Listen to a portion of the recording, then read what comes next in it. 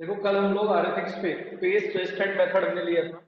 तो कल मैंने आपको वो मैकेनिज्म बताया था जो कि यूकैरियोट्स में होता है। किस केस में होता है वो, कि जब आपका बॉडी आपका डीएनए बाय चांस कैसा बना दे, मिसमैच या डिफेक्टिव एमआरएनए बना दे, तो सेल अपने आप को कैसे प्रोटेक्ट करती है। ठीक है।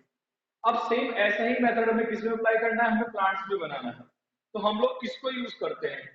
अब यहाँ पर एक पॉइंट आता है, source of double stranded RNA. ये पॉइंट आपने याद रखना है। क्या था आपका ये, source of double stranded RNA.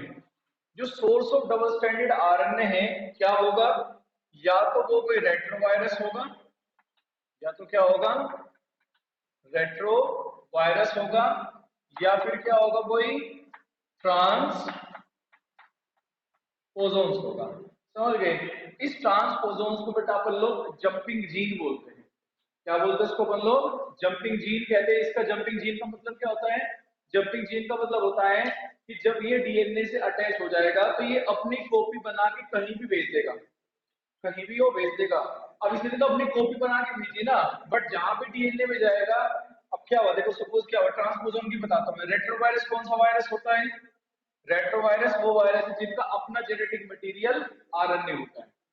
ठीक है ना। तो क्या हो गया यहाँ पर, हैविंग या has single stranded RNA as genetic material, जिसको अपन लोग क्या कहते हैं, रेट्रोवायरस कहते हैं। अब ये रेट्रोवायरस जैसे कि एड्स या एचआईवी एक रेट्रोवायरस होता है, टीएमवी एक रेट्रोवायरस है।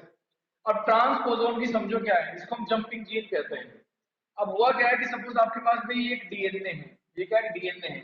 इस डीएनए में ये पर्टिकुलर सीक्वेंस, इस डीएनए में ये पर्टिकुलर सीक्वेंस क्या है, ट्रांसपोजोन है।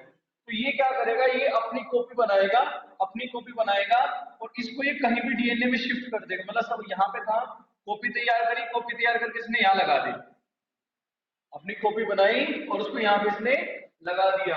तो ये जो पार्ट है, ये भी एक प्रोटीन बनाएगा, और ये पार्ट है, ये भी अपनी प्रोटीन बनाएगा। ये किसकी कॉपी है, ये इसकी कॉपी है। इसका मतलब यहाँ जो प्रोटीन बनेगी वो दोनों कैसी बनेगी, एक जैसी बनेगी। समझ गए। तो इस पर्टिकुलर सीक्वेंस का, ये इस पर्टिकुलर पार्ट ऑफ डीएनए का प्रोटीन भी वही होगी, इसकी भी प्रोटीन वही होगी। ठीक है ना। तो दोनों का फंक्शन कैसा होगा, एक जैसा होगा, इसलिए इसको जंपिंग जीन कहते हैं। क्या हम लोग क्या मानते हैं कि ये जीन पहले यहाँ था, ये जीन जंप करके यहाँ चला गया। समझ गए। जीन नहीं जाता जंप करके, क्या होता है, वो अपनी कॉपी तैयार करके उसको कहीं डीएनए में दूसरी जगह इंसर्ट कर देता है। समझ गए। तो इसलिए इसको ट्रांसपोजोन को हम जंपिंग जीन कहते हैं। ये पॉइंट याद रखना, source of double stranded RNA. या पेन चार्ट में क्लियर कट दिया हुआ है, ये तो रेट्रोवायरस होगा कोई जिसमें single stranded RNA genetic material है, या फिर कोई ट्रांसपोजोन होगा। और ये ट्रांसपोजोन भी थ्रू आरएनए ही अपना नंबर इंक्रीज करता है या अपनी कॉपी तैयार करता है। अब दूसरा स्टेटमेंट चलते हैं यहाँ पे।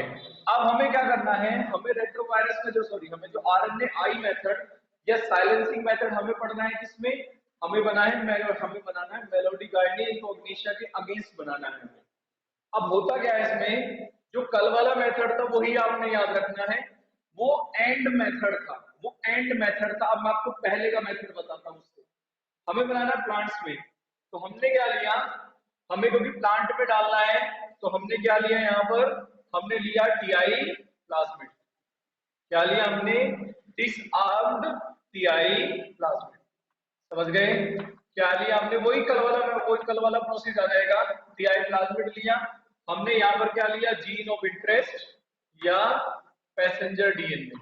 क्या है ये, पैसेंजर डीएनए लिया। इस डीएनए के पास क्या है, इस डीएनए के पास क्या है भाई, इस डीएनए में, या हमने यह कहां से ले लिया, मेलोडी गायनिन कोग्निशिया से हमने क्या निकाल लिया है, डीएनए निकाल लिया। उसको हमें कॉपी तैयार करनी है। अब हम क्या करेंगे भाई, ये किसका पैसेंजर डीएनए है, मेलोडी गायनी इनकॉग्निशिया का हमने क्या निकाल लिया, डीएनए निकाल लिया है। ठीक है। अब हम क्या करेंगे, अब हम इन दोनों को same restriction endonuclease, same restriction endonuclease से ट्रीट करेंगे। तो ये हम कहाँ लेंगे, ये हमारा यहाँ आ जाएगा। तो सेम वही आपका कौन सा टी आई प्लाज्मिड वाली साइट के अंदर जो टी डीएनए वाली साइट है वो कट जाएगी। तो यहाँ से क्या हो जाएगी, कट जाएगी। यहाँ पे हम लोग क्या करेंगे, अब यहाँ पर हम लोग इस पार्ट को हम अटैच करेंगे, ठीक है ना। तो ये हमने क्या करा, इसके साथ अटैच कर दिया। कौन सा एंजाइम आएगा, लाइगेज। लाइगेज एंजाइम के से हमने यहाँ पर इसको अटैच कर दिया है। हमारे पास क्या बन गया, हमारे पास बन गया एक प्लाज्मिड। कौन सा प्लाज्मिड आ गया हमारे पास, रिकॉम्बिनेंट प्लाज्मिड हमने यहाँ पर ये ले लिया। तो ये एक रिकॉम्बिनेंट प्लाज्मिड आपका बन गया है। इस प्लाज्मिड को हम लोग क्या करेंगे, इस प्लाज्मिड को हम लोग डाल देंगे किसमें, हमने इसको ट्रांसफर कर दिया है किसमें, एग्रोबैक्टीरियम में, जिसमें अपना जेनेटिक मटेरियल था और उसके बाहर से हमने क्या डाल दिया, उसके अंदर हमने बाहर से डाल दिया ये प्लाज्मिड। फिर से वही करेंगे हम लोग क्या कराएंगे, इसका हम लोगों ने इन्फेक्शन करा दिया। क्या करा दिया हम लोग, इसका इन्फेक्शन करा दिया। इन्फेक्शन ओवर प्लांट सेल, जिस भी सेल में हमें, जिस भी प्लांट के अंदर हमें इसको भेजना है, हमने उसकी प्लांट सेल पे इसका इन्फेक्शन करा दिया। इन्फेक्शन कराने के बाद मैंने आपको कल बताया था कि जो ये टीडीएनए है इसकी प्रॉपर्टी क्या है, टीडीएनए की प्रॉपर्टी क्या है, वंशिता ने की, इस टीडीएनए की क्या प्रॉपर्टी होती है बेटा,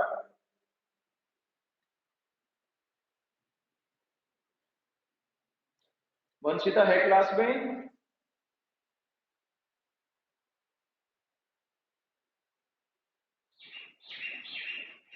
भाई वंशिता है कि नहीं है क्लास में, नहीं है, ठीक है भाई। ये अदृश्य बेटा बता, क्या प्रॉपर्टी है इसकी टीडीएनए की,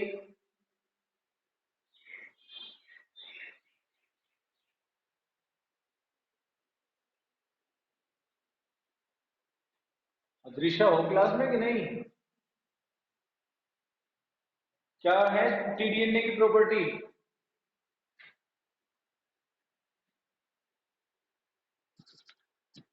अनाधिकार टीडीएनए की प्रॉपर्टी बताओ बेटा क्या है यहाँ पे,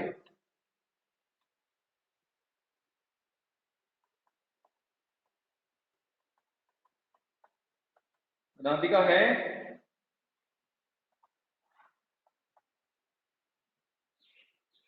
आज अनाधिका गायब है क्या क्लास से,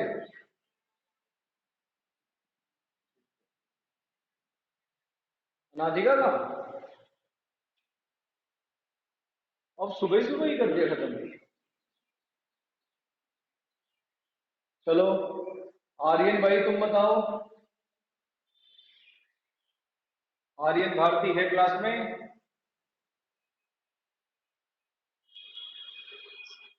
बताओ भाई टीडीएनए की प्रॉपर्टी क्या है, कल बताया था मैंने,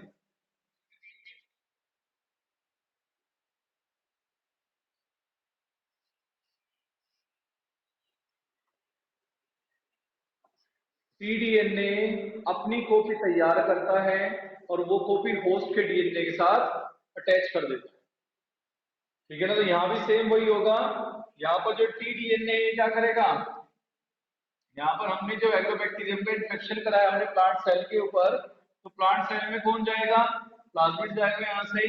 अब प्लाज्मिड के साथ कौन चला गया, हमारा पैसेंजर डीएनए भी चला गया, और एक पैसेंजर डीएनए कहाँ से हो जाएगा, इस प्लांट सेल के डीएनए के साथ अटैच हो जाएगा। तो मैंने यहाँ पर क्या लिख दिया है, मैंने लिख दिया यहाँ पर कि passenger DNA, passenger DNA attached with messenger DNA attached with plant cell DNA, plant cell के डीएनए के साथ ये अटैच हो जाएगा। अटैच होने के बाद हमने क्या करा दिया, हमने इस प्लांट सेल को कल्चर करा दिया। तो हमने क्या करा दिया, सेल कल्चर हमने करा दिया। सेल कल्चर कराने के बाद हमें क्या मिला, प्लांट या रेजिस्टेंट प्लांट अगेंस्ट निमेटोडा। अब निमेटोडा के अगेंस्ट वो कैसे रेजिस्टेंट हुआ, अब देखो ये जो पैसेंजर डीएनए ये हम कहां से लेकर आए थे, ये हमने निमेटोडा से लिया था। हमने किससे लिया था ये हमने निमेटोडा का डीएनए निकाला और इस डीएनए को हमने कहाँ डाल दिया, इस डीएनए को हमने सेल के अंदर डाल दिया, प्लांट के अंदर। होता क्या है कि डीएनए के दोनों स्ट्रैंड कभी भी रेप्लिकेशन नहीं कर, सॉरी ट्रांस एमआरएनए नहीं बनाते, सिर्फ एक स्ट्रैंड बनाता है।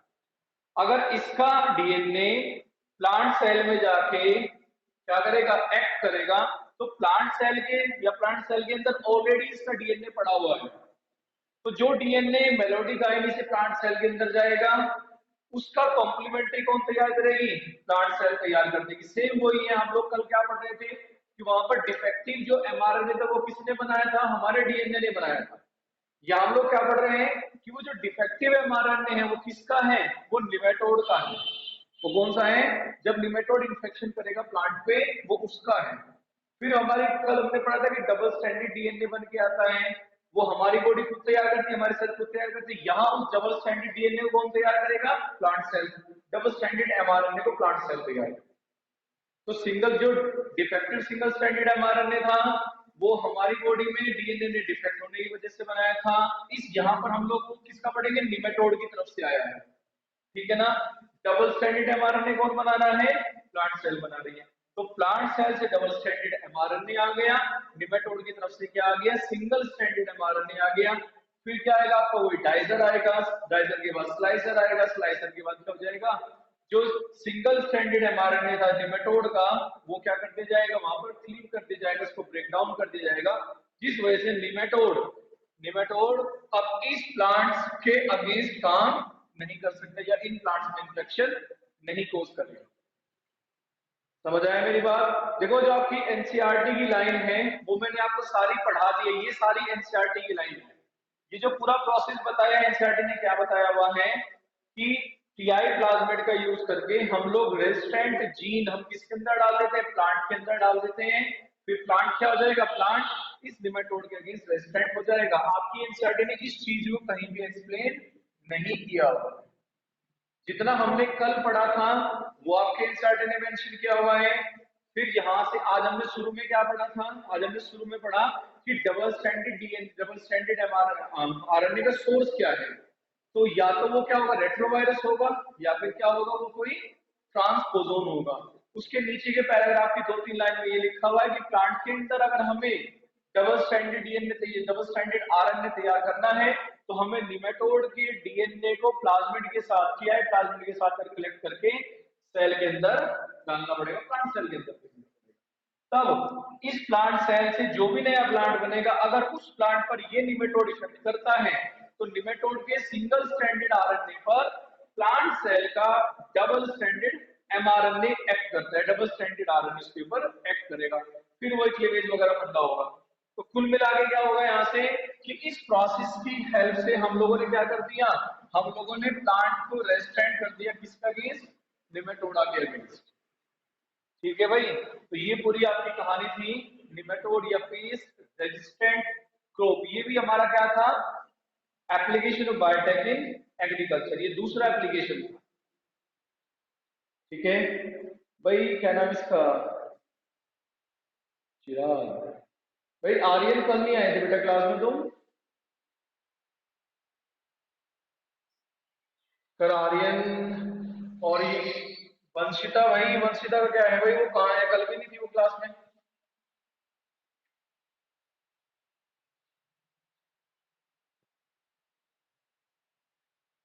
चलो हम तीसरा पढ़ते हैं, बायो में एग्रीकल्चर में ही हम तीसरा पढ़ेंगे। पहला क्या था एग्रीकल्चर में, एग्रीकल्चर एप्लीकेशन में इंसेक्ट रेजिस्टेंट प्लांट ये क्रॉप, दूसरी थी पेस्ट रेजिस्टेंट क्रॉप, तीसरा हम लोग लेते हैं प्रोडक्शन ऑफ, तीसरा क्या है, production of hirudin, production of hirudin, hirudin का प्रोडक्शन करना है। इसका बढ़िया आपके एनसीईआरटी में नहीं दिया हुआ है, तो प्रोडक्शन ऑफ हिरुडिन, हिरुडिन का प्रोडक्शन करना है। अब हिरुडिन क्या करती है, क्या करती है, ब्लड क्लॉट को डिसॉल्व करने का काम करती है। अब हिरुडिन का क्या काम करना है भाई हमें, हिरुडिन के साथ में हमने क्या लिया, हमने प्लाज्मिड लिया, क्या लिया हमने, प्लाज्मिड लिया, इस प्लाज्मिड में हमने क्या डाला, इस प्लाज्मिड में हमने हेरोडिन जीन डाला। समझे मेरी बात? प्लाज्मिड में हमने कौन सा अप्लाई करते हैं, हेरोडिन जीन। कौन सा प्लाज्मिड लेते हैं हम लोग यहाँ पर, हम लोगों ने वो लिया टीआई प्लाज्मिड। क्या लिया, टीआई प्लाज्मिड। तो इस प्लाज्मिड में हमने हेरोडिन जीन लगा दिया। अब इनको हम लोग कहाँ डाल देते हैं, इनको हम लोगों ने डाल दिया है एग्रो बैक्टीरियम में डाल दिया। इसमें डाल दिया एग्रोबैक्टीरियम में। तो ट्रांसफर हमने कर दिया है इनटू एग्रोबैक्टीरियम। अब एग्रोबैक्टीरियम का इन्फेक्शन करा दिया हमने, एग्रोबैक्टीरियम का हमने इन्फेक्शन करा दिया किसके ऊपर, over Brassica napus cell, over Brassica napus, Brassica napus cell. तो ब्रेसिका नेफस प्लांट है, ये क्या है, प्लांट है। तो ब्रेसिका नेफस प्लांट की सेल पे हमने क्या करा दिया, इसका इन्फेक्शन करा दिया। अब जो ये वाला जीन था हेरोडिन जीन, ये कहां चला गया, ये ब्रेसिका नेफस की सेल में चला गया। अब सेल का हमने क्या करा दिया, हमने सेल का करा दिया है कल्चर। कल्चर कराने के बाद क्या बना, हमें हमारे पास आया ब्रेसिका प्लांट आया हमारे पास। हमने क्या लिया, ब्रेसिका प्लांट का सीड ले लिया हमने। हमने क्या लिया, इसका ब्रेसिका का हमने सीड लिया। उस सीड के अंदर हेरोडिन था, उस सीड के अंदर क्या था, हेरोडिन था। तो ब्रेसिका सीड से हमें क्या करा, हमने हमने सेपरेशन किया, प्यूरिफिकेशन करा हेरोडिन का। तो हमने क्या लिख दिया है, separation and purification, separation and purification of hirudin. हमने हेरोडिन को क्या कर लिया, वहां से बाहर निकाला। भाई यहाँ ये पूरा प्रोसेस समझ आ गया आप लोगों को, सृष्टि बेटा समझ आया, जयदेव चैतन्य, चैतन्य बेटा समझ आया,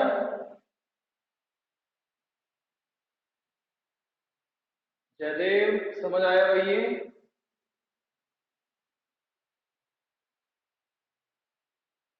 आज चैतन्य भी नहीं है क्या क्लास में?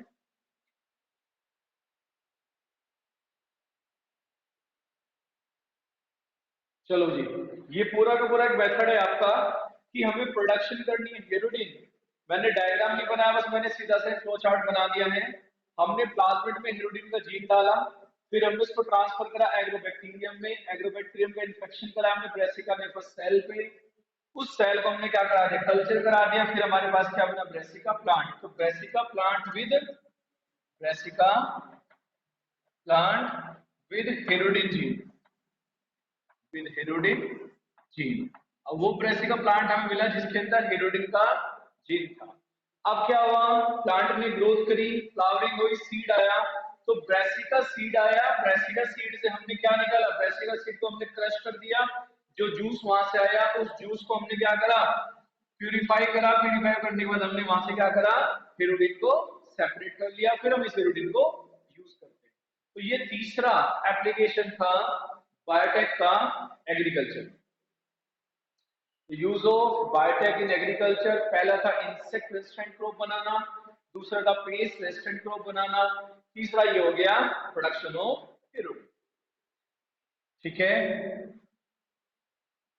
इसके बाद हम लोग नेक्स्ट मेथड लेते हैं बेटा। इसमें दूसरा एप्लीकेशन हमें लेना है। अभी तक तो पहला एप्लीकेशन था, ये क्या था पहला एप्लीकेशन, एप्लीकेशन इन एग्रीकल्चर। अब हमारा दूसरा है एप्लीकेशन इन मेडिसिन। तो दूसरा हमारा एप्लीकेशन आया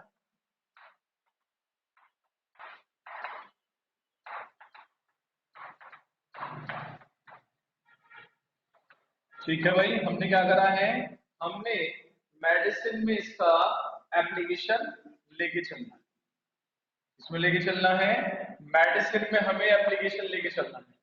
अब बात है मेडिसिन की, तो मेडिसिन में आपके यहाँ पर एक पॉइंट दिया हुआ है कि हम लोग अपने मेडिसिन के लिए डायरेक्टली और इनडायरेक्टली किस पर डिपेंड होते हैं, प्लांट और उसके प्रोडक्ट पर डिपेंड करते हैं, ठीक है ना।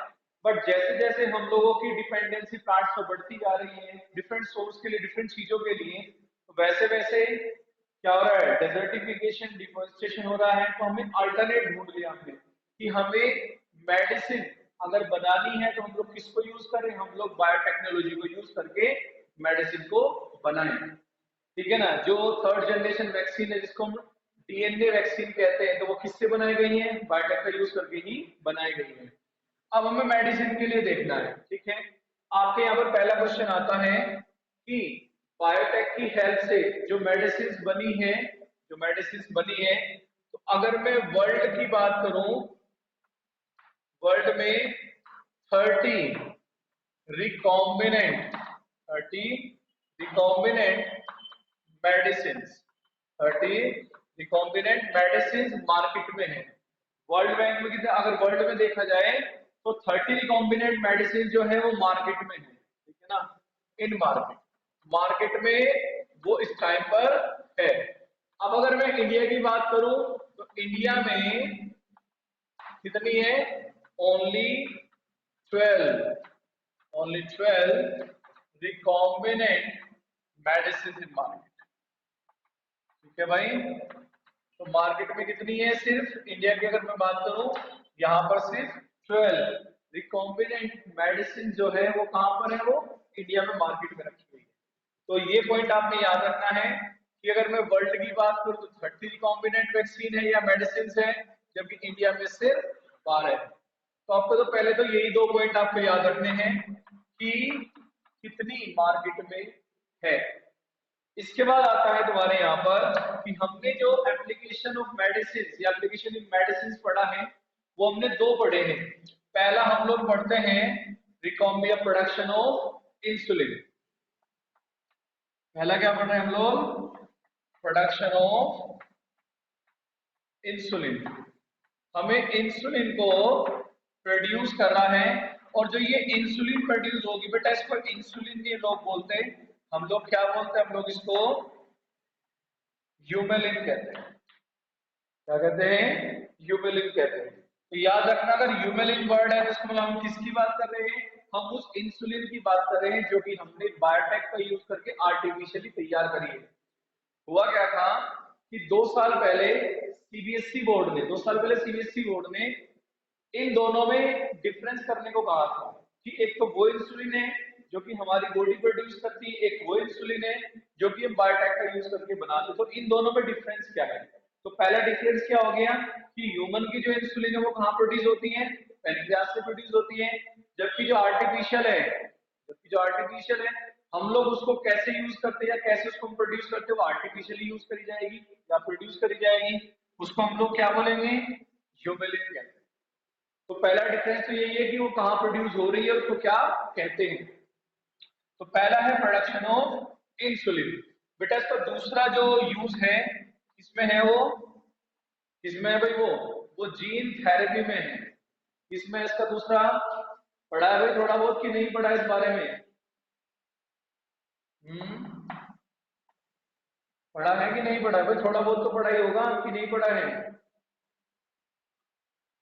पढ़ते नहीं हो बिल्कुल भी, मुझे तो लग रहा है भाई तुम लोग, तो भाई तुम लोगों को ये तो नहीं लग रहा कि अगले साल भी 12th की बोर्ड के एग्जाम नहीं होगी, बोर्ड ऐसे पास कर देगा। तो पहला क्या है, प्रोडक्शन ऑफ इंसुलिन, दूसरा क्या है, जीन थेरेपी। तो ये दोनों किस में आते हैं, ये एप्लीकेशन इन मेडिसिन में आते हैं। तो ये पॉइंट आपने याद रखना है, इस पर डायरेक्ट क्वेश्चन आ जाता है आपके नीट में। अब मैं इन दोनों को एक एक लेके चलूंगा, पहले हम लेते हैं प्रोडक्शन ऑफ इंसुलिन, फिर लेके दूसरा जीन थेरेपी। तो अगर इंसुलिन के प्रोडक्शन की हम लोग बात करें तो इंसुलिन का प्रोडक्शन, अब इंसुलिन के प्रोडक्शन की हमें जरूरत क्यों हुई, क्योंकि कुछ पेशेंट ऐसे थे जिनको क्या था, डायबिटीज की कंडीशन थी, जिनके ब्लड में ग्लूकोज का लेवल रेगुलरली इंक्रीज हो रहा था। अगर नॉर्मली इंसुलिन आपकी बॉडी में प्रोड्यूस होती है तो आपके ब्लड में ग्लूकोज का लेवल बढ़ने नहीं देता, और अगर आपकी बॉडी में इंसुलिन प्रोड्यूस नहीं हो रही है तो फिर आपके ब्लड में ग्लूकोज का लेवल राइज होगा, जिसकी वजह से आपको डिफरेंट प्रॉब्लम्स आना स्टार्ट होगी। तो अगर नॉर्मल है तो इंसुलिन प्रोड्यूस हो रही है, बट अगर इंसुलिन प्रोड्यूस नहीं हो पा रही है, आइसलेट ऑफ लेगरहैंस की, आइसलेट ऑफ लेगरहैंस में की जो अल्फा बीटा वगैरह सेल्स होती है, उनमें प्रॉब्लम हो गई, आइसोलेट ऑफ लेगरेंज में प्रॉब्लम हो गई है, तो फिर आपकी बॉडी इंसुलिन प्रोड्यूस नहीं कर पाएगी। इस केस में हम लोग बाहर से आर्टिफिशियली पेशेंट को इंसुलिन देते हैं, ठीक है। वो क्या करके रखेगी, वो ब्लड में शुगर के लेवल को मेंटेन करके रखेगी। अब क्वेश्चन ये आता है कि वो जो बाहर से दी जाने वाली इंसुलिन है वो पहले कहां से दी, वो कहां से दी जाती थी? क्या था, जो स्लॉटर्ड एनिमल थे, वो एनिमल जिनको कहाँ पे, जिनको काटा गया था, बड़ी बड़ी फैक्ट्रीज में बीफ वगैरह जहाँ बनाते हैं, तो वो क्या करते हैं, जब कैटल्स को काटते हैं, काटने के बाद उनकी पेनक्रियास से जो इंसुलिन निकलती है, उस इंसुलिन को इंजेक्शन की हेल्प से हम लोग ऐसे पेशेंट को दे देते थे जिनको डायबिटीज की प्रॉब्लम थी। बट केस क्या हुआ है कि जब हम उन स्लॉटर्ड एनिमल की जो पेनक्रियास से इंसुलिन निकाल के पेशेंट को दे रहे थे, पेशेंट को देते थे, तो उनमें कुछ एलर्जिक रेस्पॉन्स देखने को हमें मिले कि उसकी वजह से, उस पेनक्रियास, उस इंसुलिन की वजह से कुछ पेशेंट के अंदर एलर्जी हो गई है, कुछ में इन्फ्लेमेशन वगैरह हो गई है, तो मतलब डिफरेंट ड्रॉबैक्स वहां में देखने को मिले। अब फिर हम इंसुलिन लाए कहां से, हमारे पास सोर्स क्या है? तो ऐसे में पहली बार किसने किया? 1983। इन 1983 तो पहला क्या लिख रहे हैं हम लोग? Production of insulin. क्या है? Production of insulin.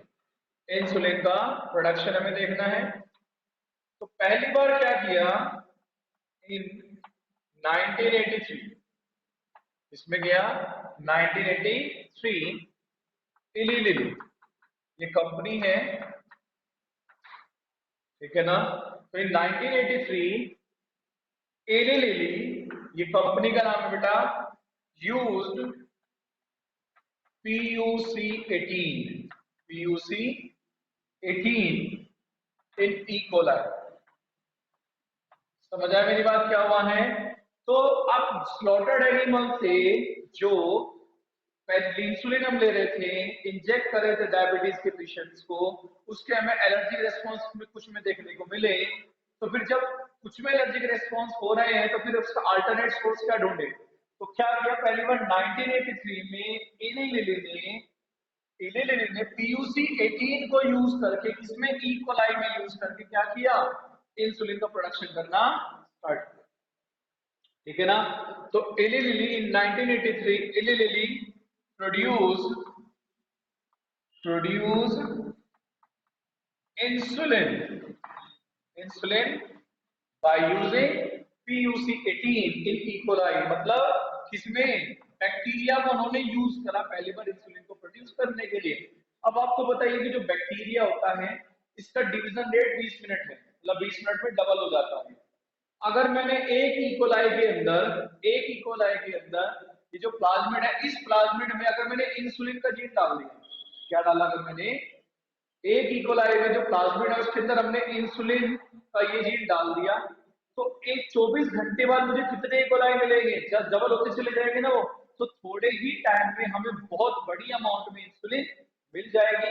और इस इंसुलिन का कोई भी एलर्जिक रिएक्शन या एलर्जिक रिस्पॉन्स बॉडी में नहीं था। समझ गए? तो हमारी सारी प्रॉब्लम ही सॉल्व हो गई। हमारे सामने दिक्कत क्या थी? हमारे सामने दिक्कत ये थी कि जो स्लॉटर्ड एनिमल थे, वहां से हम जो इंसुलिन ले रहे थे, उस इंसुलिन का फंडा क्या था कि एलर्जिक रिएक्शन या रेस्पॉन्स हमें देखने को मिल रहा था, और फिर हमें अल्टरनेट सोर्स नहीं मिला। अब हमें ऐसा अल्टरनेट सोर्स मिल गया है जिस सोर्स की हेल्प से बड़ी रैपिडली इंसुलिन का प्रोडक्शन हो रहा था, और उसका कोई क्या नहीं आ रहा था, एलर्जिक रेस्पॉन्स भी हमें देखने को नहीं मिल रहा। तो पहली बार एली लिली कंपनी ने इंसुलिन को प्रोड्यूस किया by using PUC 18 in E coli. Clear है कहानी? बेटा वैसे आपकी एनसीईआरटी के अकॉर्डिंग 1983 में ये हुआ था, एली लिली ने किया था, बट ऐसा नहीं है। इससे पहले 1978 में जीन टेक, 1978 में जीन टेक कंपनी ने ये कर लिया था। उन्होंने PBR 322 को यूज किया था, बट बाद में इस कंपनी ने, इली लिली ने, उस दूसरे वाले कंपनी को ओवरटेक कर लिया, उसको खरीद लिया, ठीक है ना। तो इसलिए अब क्या लिखा जाता है कि 1983 में इली लिली ने पहली बार इंसुलिन को प्रोड्यूस किया बाय यूजिंग PUC 18 और 18 इनिकोलाई। अब हम देखते हैं कि कैसे उन्होंने इसको यूज किया या कैसे उन्होंने इसको बनाया। तो PUC 18 का यूज करके उन्होंने बनाया है। अब PUC 18 का क्या सिस्टम है भाई, हमने क्या लिया, अब जो इंसुलिन होता है बेटा, इंसुलिन इंसुलिन की अगर मैं बात करूं तो इंसुलिन हैज 2 चेन, इसके पास में 2 चेन होती हैं। अब देखो क्या होता है कि जो नेचुरल इंसुलिन है, कौन सी, जो नेचुरल इंसुलिन है, नेचुरल इंसुलिन का मतलब जो हमारी बॉडी में बनती है, जो नेचुरल इंसुलिन है वो इनएक्टिव होती है। कैसी होती है वो, इनएक्टिव होती है। तो natural insulin at the time of their production, eight their production, जब वो प्रोड्यूस होती है तो वो क्या बोली जाती है, वो प्रो इंसुलिन कही जाती है। क्या बोली जाती है वो, प्रो इंसुलिन कही जाती है। और प्रो इंसुलिन के पास क्या होता है, कंटेन 3 चेन्स। उसके पास कितनी चेन होती है, 3 चेन होती है, A chain, B chain and C chain. ठीक है, तो ए में कितने होते हैं, ए में होते हैं 21 अमाइनो एसिड्स, इसमें होते हैं 30 अमाइनो एसिड्स। सी को हम लेके नहीं चलते, वैसे सी में 45 के करीब अमाइनो एसिड्स होते हैं। तो जब नेचुरल इंसुलिन होती है at the time of their production, वो प्रो इंसुलिन कही जाती है। प्रो इंसुलिन के पास 3 चेन होती हैं, 3 में से ए बी सी 3 चेन है, तो 21 ए के पास है और 30 बी के पास है। अब ये जो प्रो इंसुलिन है, ड्यूरिंग मैचुरेशन, जब इसका मैचुरेशन होता है, जब इसका क्या होता है, मैचुरेशन होता है, तो इसके पास में क्या हो जाएगा, ओनली 2 चेन्स रिमेन। तो इसके बाद में सिर्फ 2 ही चेन बचती है। क्या बचती, 2 ही चेन बचती है। कौन सी चेन है, ए चेन और बी चेन। तो चेन ए और चेन बी 2 ही चेन बचती है। और इनके बीच में कौन सा बॉन्ड लगा होता है, इनके बीच में डाइसल्फाइड बॉन्ड्स लगे होते हैं, और एक डाइसल्फाइड बॉन्ड ए के बीच में। तो यहाँ पर क्या हो गया आपका ये, तो ए और बी 2 ही बचेगी। सी को यहां से क्या करते जाएगा, सी चेन को यहां से एलिमिनेट करते जाता है। तो during the maturation, during the modification, in 3 chain में से एक चेन निकल के गिरती है। आपकी जो एनसीईआरटी का डायग्राम है उसमें भी यही दिया है। एनसीईआरटी के डायग्राम में क्या दिया गया है आपको, कि सपोज ये आपका ए चेन है, यहां पर आपकी ये बी चेन है, और इसके बीच में जो लगी है वो कौन सी है, वो सी चेन। तो ये कौन सी हो गई, ए, उसके बाद में ये हो गई सी, और ये हो गई आपकी बी चेन। तो यहां पर आपका क्या है कि यहां पर आपका ये ए चेन हो गई, और दूसरी कौन सी हो गई, ये बी चेन हो गई। ये आपके एनसीईआरटी का डायग्राम। सी चेन वहां से क्या हो जाती है, वो अलग निकाल देगा। क्लियर है। तो आपने क्या पढ़ना है कि जब इंसुलिन नेचुरली हमारी बॉडी में बनती है तो वो प्रो इंसुलिन कही जाती है। वो क्या बोली जाती है, प्रो इंसुलिन, जिसके पास में 3 चेन होती हैं, बट ड्यूरिंग द मैचुरेशन उसकी सी चेन यहाँ से अलग हो जाती है, ए और बी बचती है, जो कि डाइसल्फाइड बॉन्ड से जुड़ी है। अब इसको क्या बोला जाएगा, अब ये आपकी फंक्शनल इंसुलिन कही जाती है। क्या है अब ये आपकी फंक्शनल इंसुलिन। तो जो नेचुरली बनेगी उसमें 3 चेन होगी, एक निकल जाएगी, 2 रहेगी। बट अगर हम बायोटेक का यूज करके बनाते हैं तो उस इंसुलिन में हम सिर्फ 2 ही चेन रखते हैं। समझ गए, तो ये भी डिफरेंस है कि यहाँ प्रो इंसुलिन बन रही है, मॉडिफिकेशन की रिक्वायरमेंट होती है, यहाँ पर एक्टिव इंसुलिन ही प्रोड्यूस होती है। ठीक है भाई, ये नई लड़की है बेटा कनिष्का, समझ आया, कनिष्का,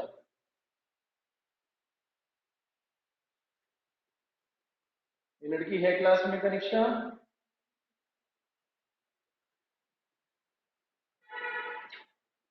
भाई आवाज आ रही है मेरी सबको,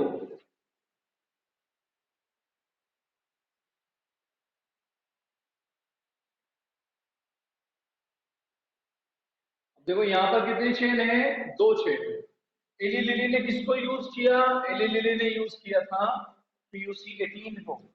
तो उन्होंने क्या लिया, इन्होंने इंसुलिन के प्रोडक्शन के लिए ह्यूमन से, ह्यूमन की जो सेल है उस सेल से उन्होंने क्या निकाला, ए और बी चेन का जीन निकाला।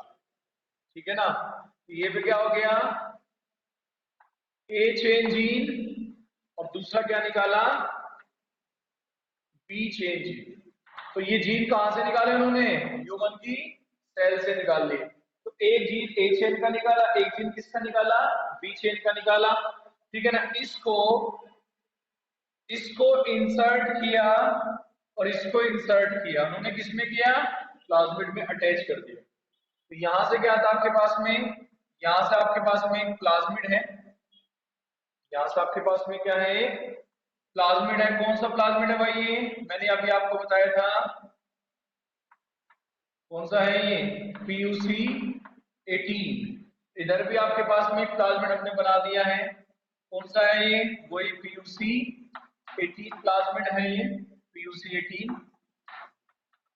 अब हमने क्या करा, इन दोनों को एक साथ कंबाइन कर दिया, इन दोनों को हमने कर दिया एक साथ कंबाइन। तो इधर से ये PUC वाला हो गया, जिसके पास में क्या है, जिसके पास में लेग जेड साइट, कौन सी साइट, लेग जेड वाली साइट में हमने क्या डाल दिया, हमने ए चेन वाला जीन डाल दिया, समझ गए।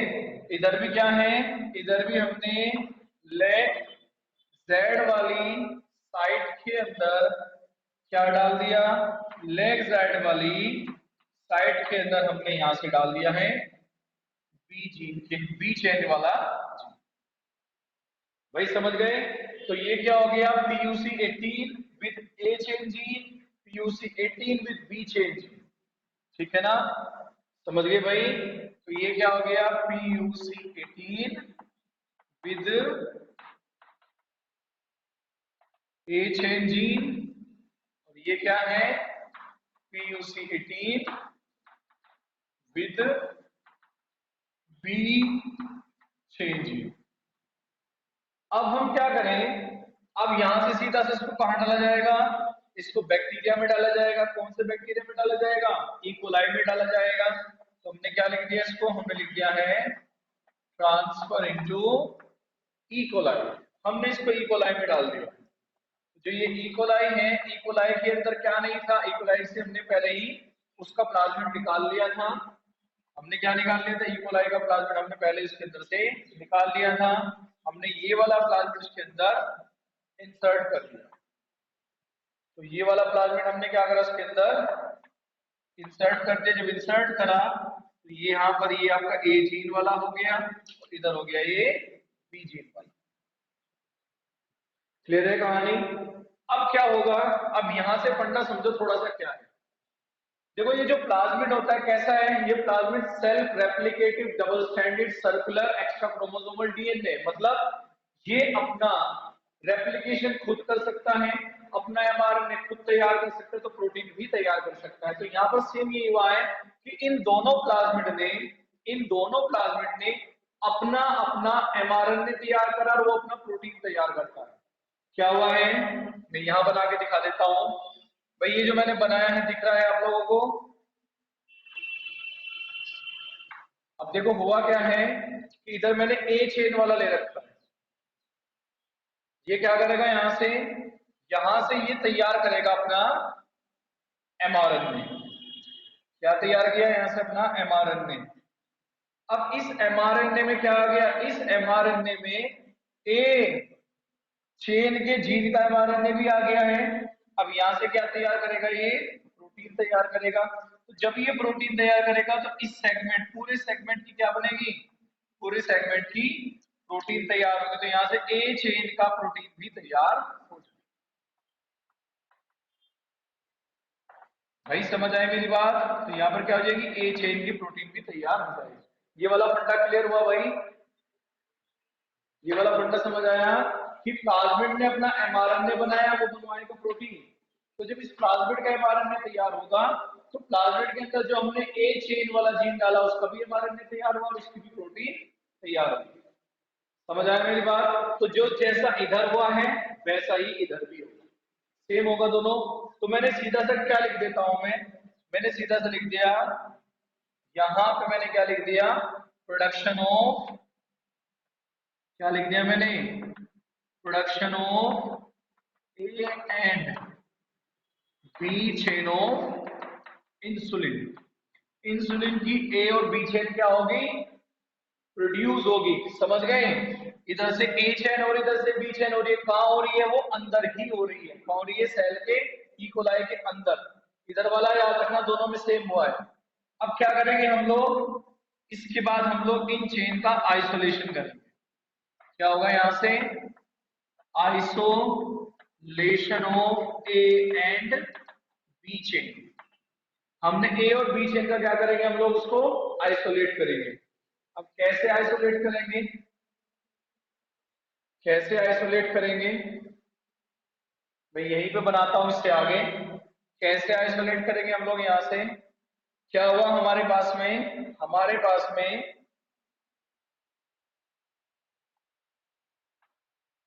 एक ये हो गया, ठीक है नहीं, एक हम यहां बना लेते हैं। तो ये तो हमारे पास किसका हो गया, चेन ए का हो गया, और ये हमारे पास किसका हो गया, चेन बी का। तो ये हो गई बी चेन, ये क्या हो गई हमारे पास में ए चेन। तो एक ए चेन है और एक बी चेन है। अब यहां से हम लोग क्या करेंगे, इन दोनों को हम C N B R cyanogen bromide का ट्रीटमेंट देंगे। किसका देंगे हम, C N B R cyanogen bromide का ट्रीटमेंट देंगे। इस साइनोजन ब्रोमाइड के ट्रीटमेंट की वजह से ए और बी चेन बाकी दूसरी चेन से अलग हो जाएगी। तो हमारे पास में क्या आएगी, हमारे पास में एक ए चेन आएगी और एक हमारे पास में क्या आएगी, दूसरी बी चेन आएगी। और ये दोनों की दोनों किससे जुड़ी होगी, कौन से बॉन्ड से जुड़ी होगी, ये डाइसल्फाइड बॉन्ड से जुड़ी है। तो इनके बीच में हमने क्या बना दी, इनके बीच में हमने बना दी है डाइसल्फाइड बॉन्ड। अब इसको हम लोग क्या कर देते हैं, इसको हम लोग ऐड कर देते हैं इनटू सॉल्यूशन। इसको हमने सॉल्यूशन में ऐड करा और उस सॉल्यूशन को हम लोग क्या करते हैं, उस सॉल्यूशन को हम लोग एक वायल के अंदर बंद कर लेते हैं। तो हमने क्या करा, हमने इस सॉल्यूशन को इसके अंदर डाल दिया। तो इस सॉल्यूशन में क्या है, ए और बी दोनों चेन है। बेटा आपको पूरा डायग्राम दिख रहा है,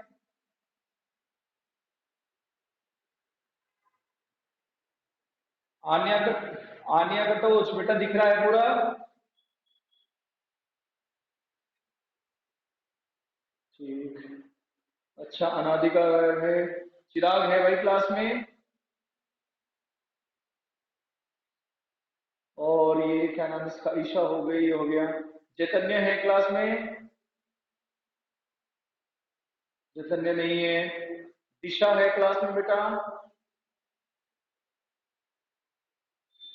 दिशा है। तो आज कनिष्ठा है क्लास में कि नहीं है भाई, जो नई लड़की आई है ये। अच्छा हो, आज वंशिता आज भी गायब है, चैतन्य गायब है आज, और अनादिका, ये तीनों कौन है। अच्छा वंशिता, और भाई मैं इतनी देर से पूछ रहा हूँ तो बोल ही नहीं रही यार, कल भी गायब थी क्लास से। अच्छा चैतन्य है क्लास में, चैतन्य नहीं है, ओके। बेटा ये पूरा डायग्राम दिख रहा है आप लोगों को। तो यहां पर हमने क्या दिया है, treat with Cyanogen bromide. Cyanogen bromide से हम लोगों ने क्या किया, इसको ट्रीट किया। ट्रीट करने के बाद क्या होता है कि यहाँ से ए और बी चेन बाकी दूसरी चेन से अलग हो जाती है। इन दोनों को हमने एक जगह रखा, डाइसल्फाइड बॉन्ड से जुड़े, हमने इसको सोल्यूशन में ऐड कर दिया, सोल्यूशन को हमने वायल के अंदर बंद कर दिया। अब इसको हम लोग क्या करते हैं, इसको हम लोग जो पेशेंट होगा उसको हम लोग इंजेक्शन की हेल्प से दे सकते हैं। ये ओरली नहीं ली जाती है। ओरली क्यों नहीं ली जाएगी, अगर हम इंसुलिन को ओरली ले लेंगे तो हमारे डाइजेस्टिव ट्रैक्ट में जो डाइजेस्टिव एंजाइम्स है वो उसको डाइजेस्ट कर देंगे, तो अब इसका कोई काम नहीं रहेगा। तो ये था आपका application in medicine production of insulin.